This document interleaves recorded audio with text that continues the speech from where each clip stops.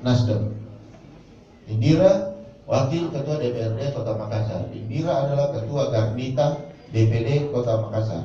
Tetapi ingat, Cicu adalah Ketua Garnita DPW Sulawesi Selatan.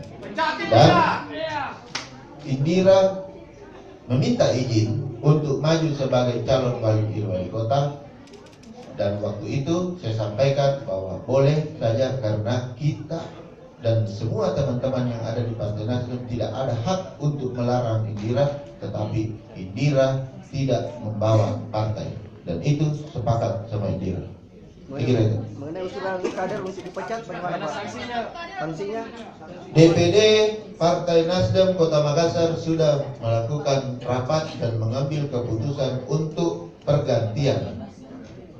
Dan DPW menindaklanjuti itu dan sudah disampaikan secara tertulis surat usulan DPD Kota Makassar ke DPP karena waktu itu kita sibuk dengan Rakernas dan beberapa